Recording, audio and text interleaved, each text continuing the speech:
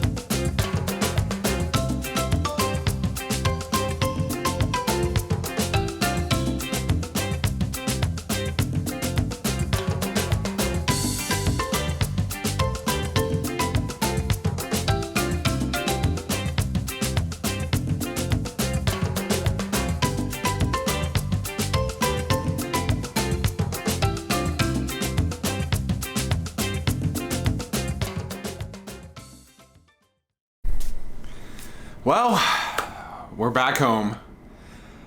Oh man, what an amazing trip that was.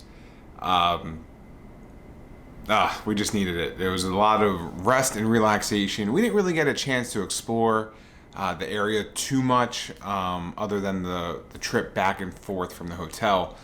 But we just needed some decompression time, just rest and relaxation. So now that we're back, while I was on vacation, I was thinking, how can I incorporate this into this channel?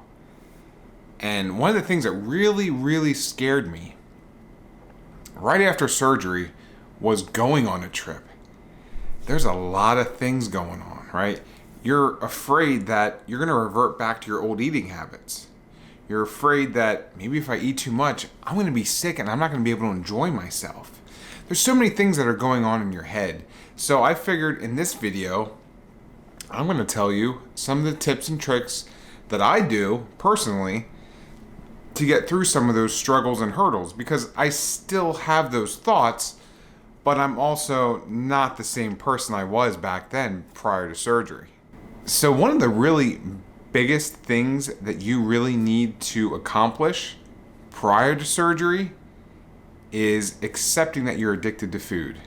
Now that may not be everyone's addiction, but I'm gonna say a higher percentage of the people that are overweight are just addicted to food. Maybe food is your outlet for stress. Maybe you're just having a bad day with your relationship, your work, or whatever, and then you automatically start reverting to stuffing your mouth with food. That's okay, but the first step is admitting that you have a problem.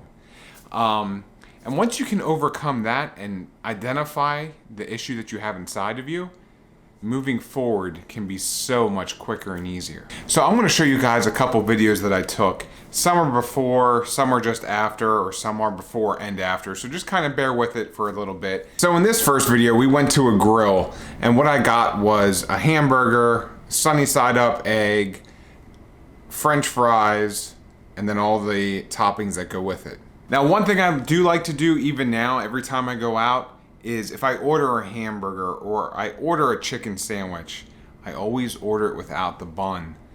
The bun is extra carbs that you just don't need. Now, we can make the argument that the French fries have carbs in them as well. However, as you can see in this video, I didn't have a lot of French fries. I just had enough to get some in my stomach to say I had a French fry. And then I was just done.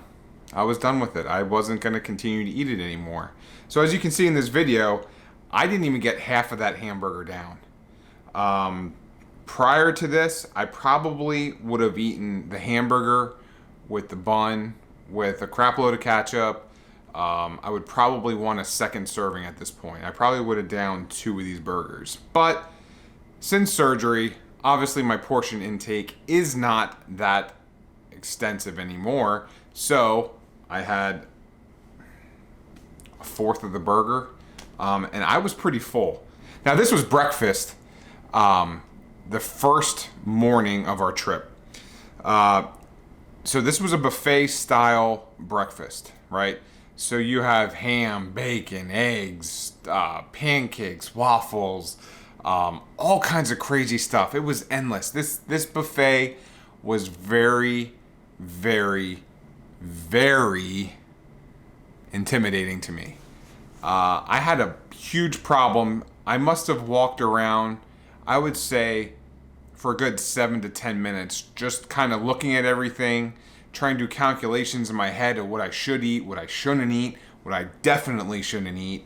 And it took me a little while to get there. I think I did well. There are definitely some other options I could have gotten that were a lot worse. So let's check this out. So here, what I got was a 1 egg, scrambled eggs with ham, cheese, onion. I put salsa on top of it. I got a wedge of cantaloupe along with a little bit of bacon and hash browns. Well, you know I was at least getting one of those. So now here is the after video. So afterwards, I think I did pretty well on this. Now, I did not eat a lot the night before.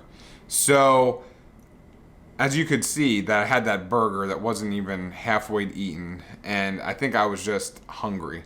But at this point, I finished 3/4 of the omelet, most of the cantaloupe, I left a little bit of bacon, and I had to leave more of that potato. I felt guilty for eating it.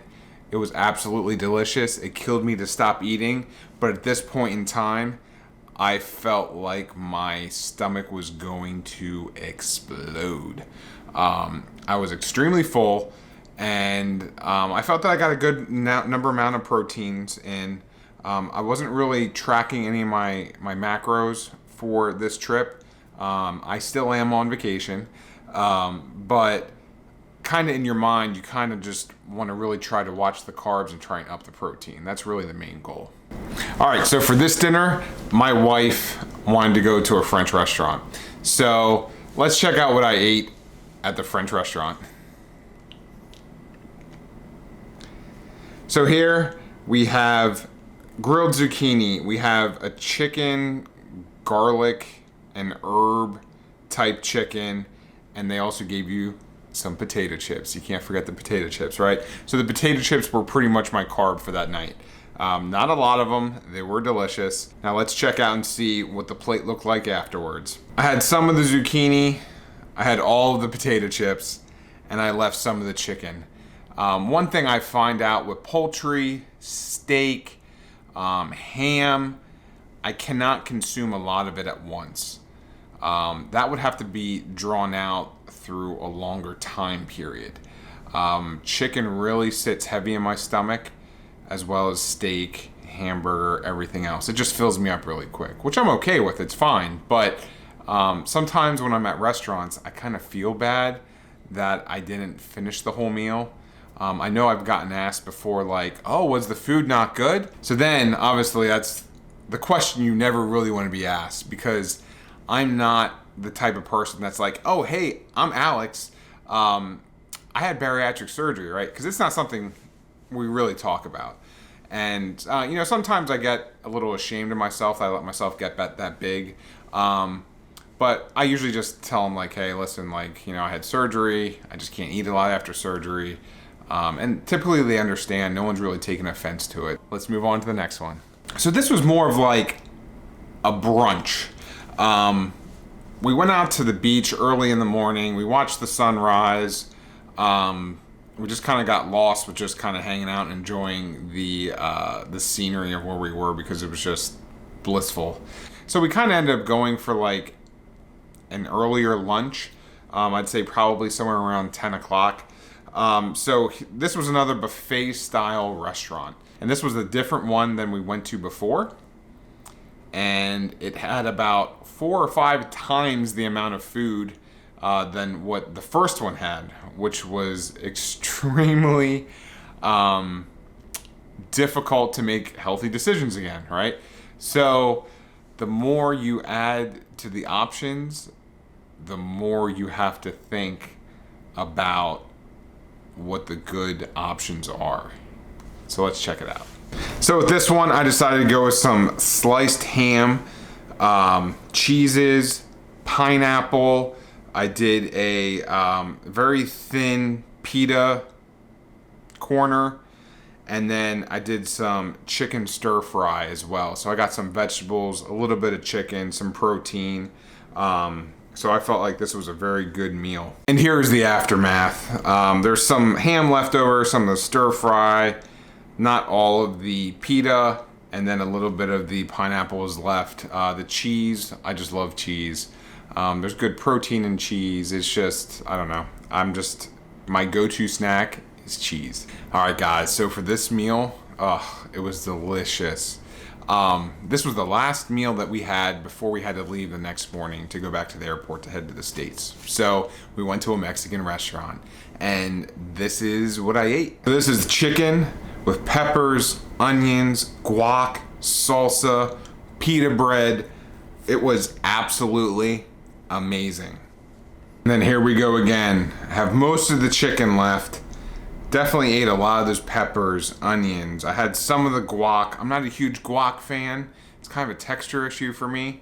The salsa was absolutely amazing. And there wasn't a lot of the pita bread left. I think I got pretty full on the pita. But everything was just so delicious. It was just the flavors were like exploding in your mouth. I wish, this is probably one of the dishes that I really wished that I could have a to-go box for, because it was that good. So some other tips and tricks that I like to do while I'm just out to eat in general is trying to get a to-go box right off the bat. I would like my to-go box at the table when my meal comes. What can that do? That can help me portion my meal out, so as my wife or my friends are eating, I don't feel tempted to continue to eat because there's still food on my plate and it's calling my name. So what I do is I portion out what I'm not going to eat, and I put that in the to-go container and then push that off on the side and close the lid so I can't even see it. So now I just have this small portion of food on this plate, and that's all I know I'm going to eat. And once I'm done with that, then I'm done eating. So I hope you guys enjoyed the video. I thought, what better way to see how to travel than to show you some of the meals. And now that wasn't all the meals I had. I pretty much had 3 meals a day. Every so often we'd have a light little snack. I did pack protein bars, protein cookies, and things like that. I had to make sure that my water intake was up. Yes, I did have alcohol on the trip. We can make another video later about the alcohol consumption after surgery, because I would be a cheap date. It definitely hits you a lot differently after surgery than it did prior to surgery, but that's a whole nother thing.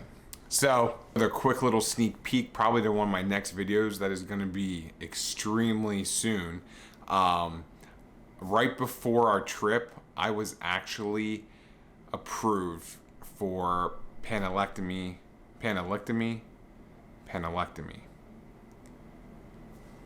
Hold on. Let's try this. Let's go to Google. Panniculectomy. Panniculectomy. Panniculectomy. There we go. Panniculectomy. Panniculectomy. Hold on. Panniculectomy. I don't know why I can't say this word right now. It's crazy. All right, let's try this. Panniculectomy. Panniculectomy. Panniculectomy. So I've been approved for. Thank you. I've been approved for panniculectomy surgery, which is basically skin removal surgery. It's one of the types where they just get that pan, that overflap of your belly that goes to your lower pubic area. That's coming off June 13th. So I'm super excited. I'm trying not to think about it, because just like prior to VSG surgery, I'm scared, I'm nervous, I'm excited, I'm happy, I want to cry.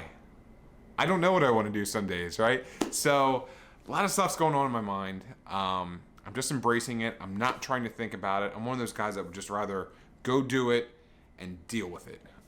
So I'm super excited. There's a lot of unknowns. Like, what am I going to look like? I just wish there was a program out there that you could take a picture of me, cut it out, show me what I'm going to look like. Because I'm a very visual learner. Okay, I like to see things. This way I can just know, like, that's what I'm going to look like. So hopefully what I have in my head is going to be what's going to be the end result here. But another cool twist to the channel, you're going to be going on the ride with me. I'm going to be documenting it every day. I'm going to be documenting my pre-surgery appointment.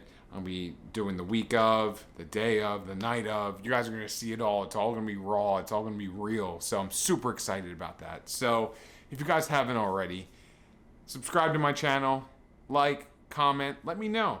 Are you going to go get surgery? Have you gotten surgery? How much weight have you lost? I would love to hear from you guys. Do you guys have any questions about the next videos you'd like me to talk about?